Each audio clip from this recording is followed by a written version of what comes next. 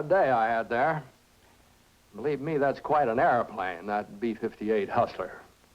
Like a whole lot of people, I've been very interested in the development of the Strategic Air Command supersonic bomber. And when Colonel Brick Holstrom gave me a chance to fly it, well, that really got me excited. After all, the bird flies Mach 2. Now, Mach 2, that's 2 times as fast as the speed of sound. Oh, they made me a member of the club.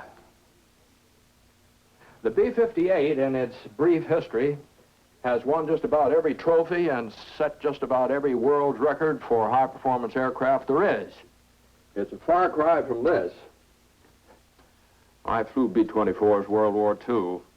And as a reserve officer, I've had a chance to watch the development of a lot of fine airplanes. And believe me, we've had some great ones. Real champions. But here's the new champ. We call it the champion of champions. Now, this airplane has already won the Thompson, the Blériot, the Bendix, the McKay, and the Harmon trophies.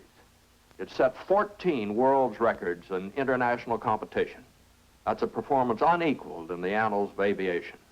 Now, don't get the idea that it's just a flying hot rod. The B-58 is a SAC medium bomber. 2 wings, the 43rd and the 305th, are operational. And some of their airplanes are on alert right now, ready to strike enemy targets. Like those before it, the B-58 was developed to do a job for the Air Force no existing weapon system could do. And that job was, and is, a grim one. Total destruction of any enemy aggressor, anywhere on the face of the earth, delivered at supersonic speeds with man-bomber accuracy. Now, very early, its unique performance convinced the Air Force it could do what they expected it to. And in a variety of ways. This delta wing, for instance, because of it, SAC can launch high speed on the deck missions. But let's get that projector going again, and I'll show you some of the film I clipped. For low-level flying, the Hustler's strictly in a class by itself. This was proved very early when a test pilot flew one from Texas to California at nearly the speed of sound, never more than 500 feet above the ground. A mission that would shake the wings off conventional bombers. You can see the importance of this. It can sneak under enemy radar nets. If you can't find it, you know, you can't hit it. Now, there are no records or no trophies for on-the-deck capability. But should a crew ever need this in combat, it could mean mission success, something of far greater importance to them and to all of us.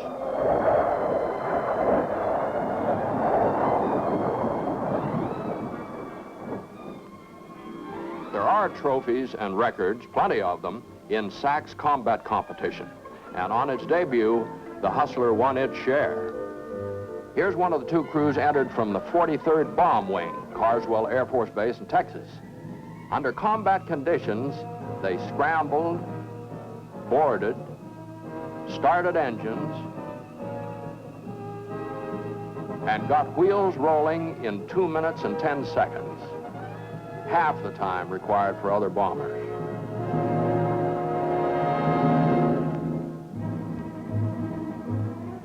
Taking off at sundown on 2 successive evenings, a lone B-58 competed against 12 other bombers, and when the results were in, its crew had racked up the best score for both high and low-altitude bombing. General Thomas S. Power awarded trophies to Major Harold E. Confer, the winning pilot, and his crew.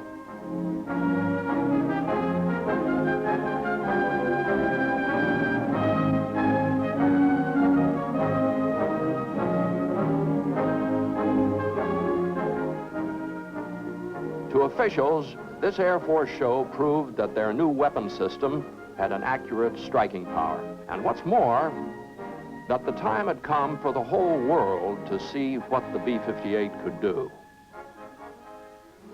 6 international speed records. This is what they went after first. 2 laps had to be flown around a closed course of 1,000 kilometers, about 1,243 miles, carrying a 4,000-pound payload. Here's the three-man crew from the 43rd Bomb Wing. Major Henry J. Dutchendorf, the first SAC pilot to fly the B-58, by the way, and Captain William L. Polimas, navigator, Captain Raymond R. Wagner, defense systems operator. Accurate radar data played a large part in certification. That's the crew's commanding general, Nils Oman, standing at the tracking board with the official judges of the race from the National Aeronautics Association. Chase planes, some of our fastest fighters, also carried judges. They could catch up for a quick look, but they couldn't keep up. But on the ground, the tracking instruments were A-OK, ready to go. 4 miles out. 3, 2, 1, and the race is on. NAA officials time it, watch its climb, and a sonic boom as the bomber rips the air. Like an arrow some Indian god might have shot to make it thunder.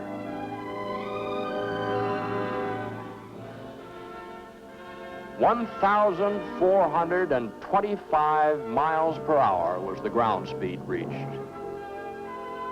Average speed for their first lap was 1,061. For the second, 1,200. Major Dutchendorf's crew flew it exactly as planned, establishing 6 world records in a single flight. You see, they went with 4,000 pounds, so they automatically set records for 2,000 pounds and for no payload at all. Now, this gave them 3 records for the first lap of 1,000 kilometers and 3 more for the second, 6 in all. And 5 of these had been held by the Soviet Union. Well, now, you'd think this airplane had pretty well proved itself, wouldn't you? I mean, what can you expect of a medium bomber? Speed, not just in flashes, but for the long stretch, and carrying loads to altitudes that only a heavy bomber is supposed to. And maneuvering around up there like a fighter? Well, before the ink had a chance to dry on the record books, another one set out to break 3 of these new records. Piloting was Major Harold E. Convair, Major Richard H. Weir was navigator, and Captain Howard S. Bialis, DSO. We saw them receiving trophies in the bombing competition. Today's flight, like the previous one, was uphill all the way. They crossed the starting line at 40,000 feet, finished above 50. To give you an idea of the caliber of B-58 pilots, here Major Convair was making a 185-degree turn, keeping a 60-degree bank angle throughout and pulling more than 2 Gs. Now, that's twice the force of gravity. And from down below, the turn looked razor sharp. The least cut inside the crosswire, of course, would have put them out of the race. But they finished in fine style, having circled the 1,000-kilometer course at an average of 1,284 miles per hour, upping the speed of the previous flight by nearly 100 miles per hour and winning for themselves 3 of the 6 B-58 world records.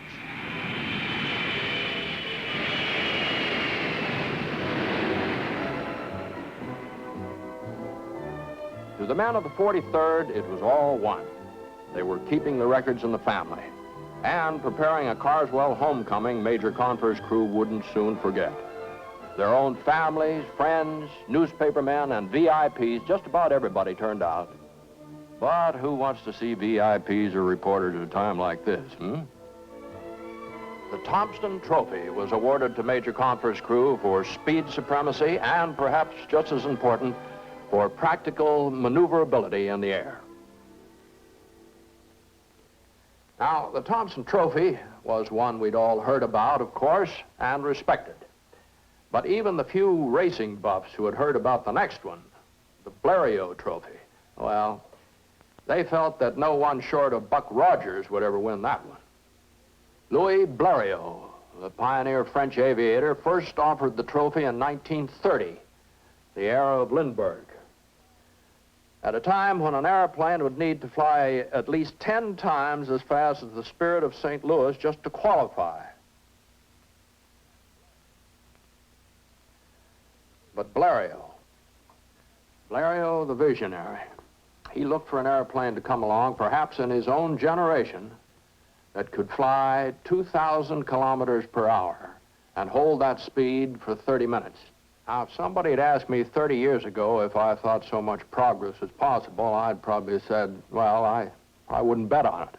But not Monsieur Blériot. He made the bet. And 31 years later, well, let's see how it was won. The run was made over a closed course of 669 miles, starting at Edwards Air Force Base in California and reaching points in Arizona and Nevada. The ground crew had done their part, and taking care of a sophisticated bird like this is no job for a shade tree mechanic.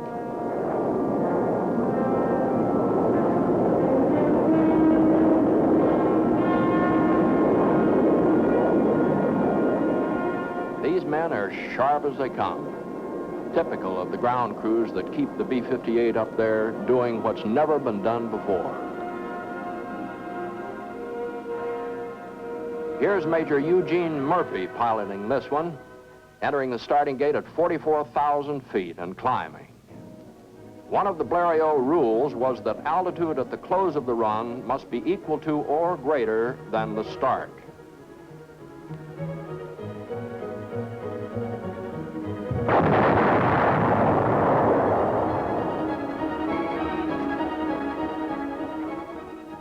Major Murphy checks with his defense systems operator, Lieutenant David F. Dickerson. On a flight like this, the DSO helps the pilot handle problems of Mach and fuel transfer so the center of gravity stays exactly right. They're coming up on the final turn and the roughest, Lone Pine, California, at the foot of Mount Whitney. The pilot gets a reading from his navigator, Major Eugene F. Moses. Round they go, 93 degrees at Mach 2, and then the home stretch.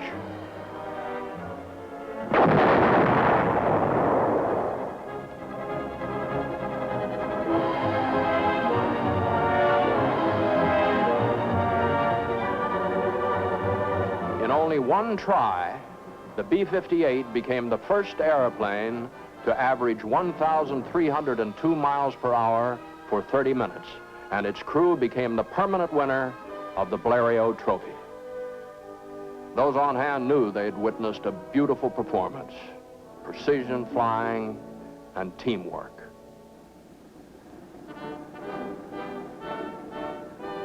In Paris at the award presentation, Madame Blériot, the widow of the donor, stood with the crew, and her presence signified that her husband's vision had indeed been fulfilled, even in his own generation.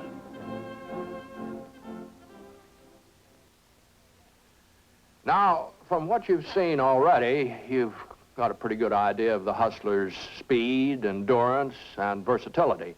It has another extraordinary capability, too: high altitude. World altitude records for payloads of 5,000 kilograms, that's slightly over 11,000 pounds, and 2,000 kilograms were held by the Soviet Union. That is, they were until the B-58 went after them. They were then claimed for the United States by a crew from the Air Force Systems Command, which does flight testing for the Air Force.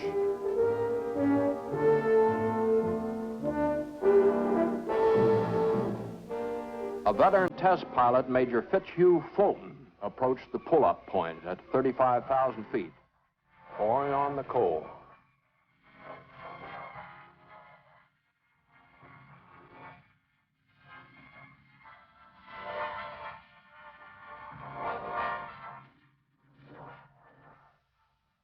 Still going, and already they've broken the Soviet records.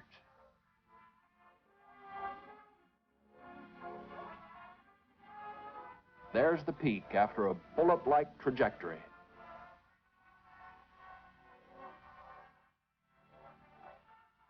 That's 16.5 miles high. On-the-spot certification was made by the National Aeronautics Association, just as on all previous record flights. Their figures were verified later by the Fédération Aéronautique Internationale, Paris, France, as 2 official world records.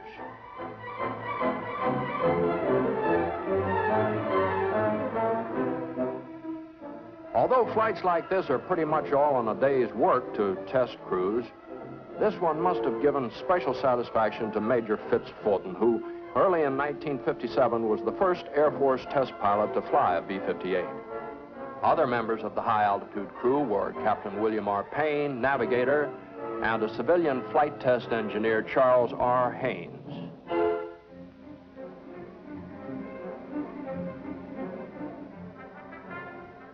At headquarters SAC, the code name Operation Heat Rise was given the next event.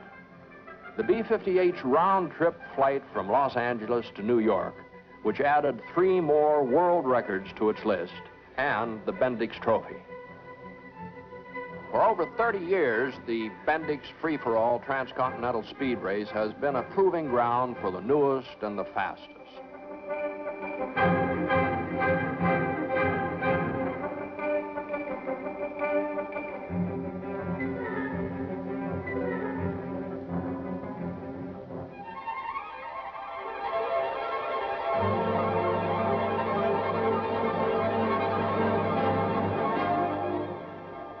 Starting back when a daring young pilot by the name of Jimmy Doolittle took off from a Los Angeles suburb and made tracks east, following roughly the same course out of Los Angeles as Captain Robert G. Sowers, the B-58's pilot.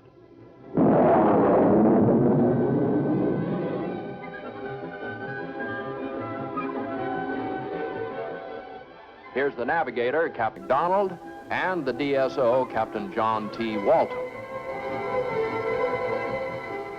Almost as fast as you can read their names, the B-58's over them and gone. People knew it was up there all right, including some who had never heard this kind of thunder before. You see, most supersonic training missions are flown in special corridors away from heavily populated areas. But today, SAC sent it right over Sky Route 66. At mid-country, the bomber slowed down to 500 miles an hour and took on fuel. Now, talk about having flying down to a fine art. Now, just watch this hookup.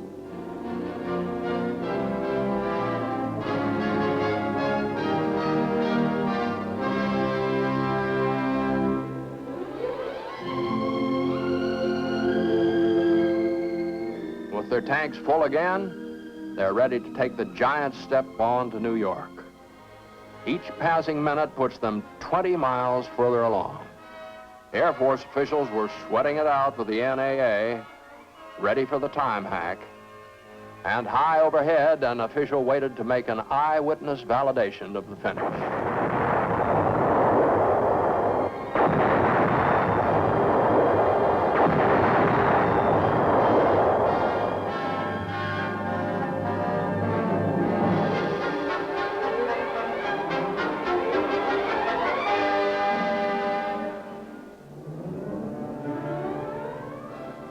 In just a hair over 2 hours, 2 hours and 58 seconds officially, the Hustler completed its New York run, won the Bendix Trophy, and became the first bomber to do so. But this was just half the story. Turning around, the crew headed right back for Los Angeles, trying to beat the sun's westward track across the country. Such greats as John Glenn had tried the sun run without success in manned aircraft.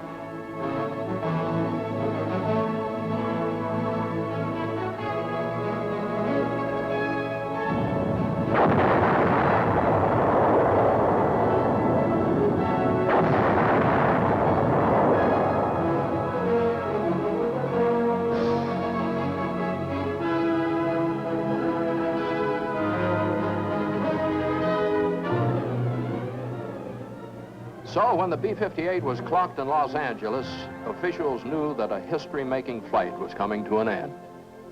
the sun had been challenged and beaten by 41 minutes.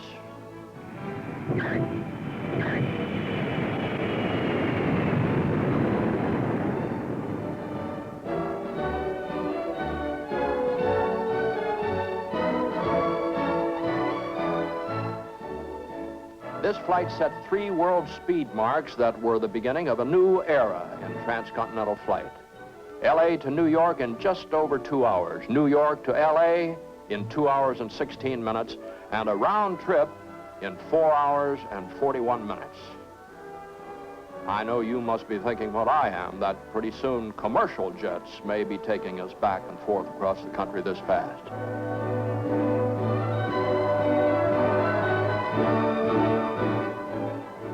Immediately after the flight, the Bendix Trophy was presented to Captain Sowers, McDonald, and Walton, and the Distinguished Flying Cross was awarded them by General Thomas S. Power. Now, in watching these flights, we don't want to lose sight of something I only touched on, and that is, with the exception of the high-altitude run, these records and trophies were won by SAC combat-ready crews flying combat-ready bombers. But peace is SAC's profession, and part of their strategy has been to keep the peace by showing everyone, everywhere, this weapon's capability. If there'd been any questions about its intercontinental range, these were answered once and for all in Paris. At the famous Le Bourget field, a highlight of the International Air Show came when a Hustler touched down after spanning the North Atlantic at an average speed of 1,089 miles per hour.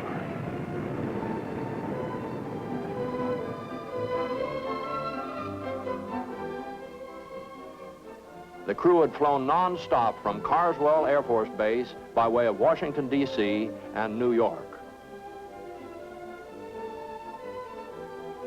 Their time from Washington to Paris was 3 hours, 39 minutes.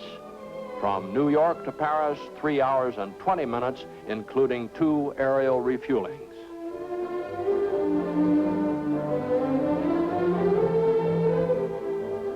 They called this one the Lindy Hop, a flight that ended on the exact spot where Charles A. Lindbergh had cut the engine of the Spirit of St. Louis. This gesture was deeply felt by all. Overseas newspapers said that this flight had done as much as anything in recent years to enhance American prestige abroad. Major William R. Payne was the pilot. Captain William L. Palimas was navigator, and Captain Raymond R. Wagner, DSO. Their time from Washington to Paris and from New York to Paris added 2 more to the string of official B-58 world records, making it 14 in all. How was the flight? Routine, they say. Routine. Meaning that in many ways, the Atlantic crossing was like the training missions being flown every day by SAC. But in other ways, of course, as they themselves knew when they got together around the Lindbergh plaque, their Lindy Hop was anything but routine. It was, in fact, recognized by the Air Force Chief of Staff as the most meritorious flight of the year, and for it, they received the McKay Trophy. Further recognition came with the award of the Harmon Trophy. In a White House ceremony, President Kennedy personally honored the pilot for outstanding contribution to aviation.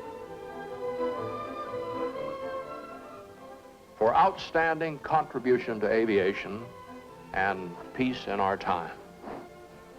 Well, I guess that just about sums up the story of the B-58 force. It's a success story.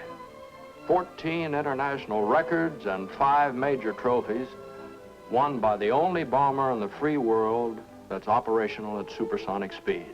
Now, it may never be used in anger. We hope and pray it never will. But if it is, the Strategic Air Command's B-58 force has the airplane to do the job.